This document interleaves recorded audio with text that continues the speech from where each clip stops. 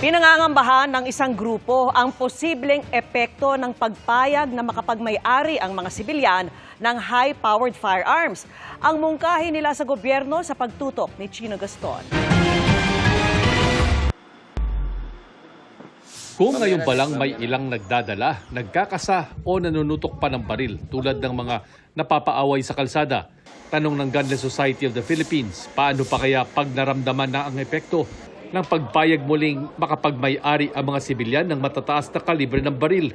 This might result to the state, the law enforcement of the state, to be overcome by civilians. Ang pagmamay-ari ng baril ay dapat pribilehyo lamang. Dati nang may pribilehiyong makabili ng high-powered rifles sa mga sibilyan.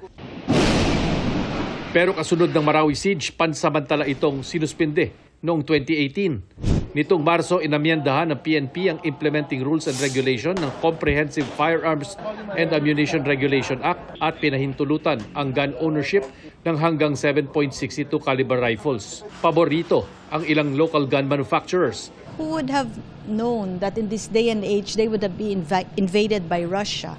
So a lot of the men, the able-bodied men, were sent to the forefronts, and left in the towns were the women and the children. It's better to learn and be ready.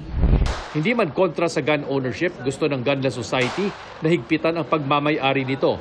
Baka raw kasi magaya ang Pilipinas sa Amerika, kung saan hindi lang gun-related crimes ang naitatala, kundi mga mass shooting dahil sa access ng mga sibilyan sa baril.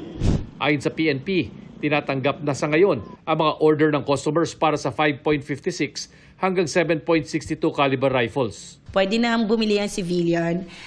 Sa ngayon, kapag may approved purchase na, saka pa lang pwedeng i-release. But we are drafting a memorandum guidelines as well as yung revision ng license ng mga dealers.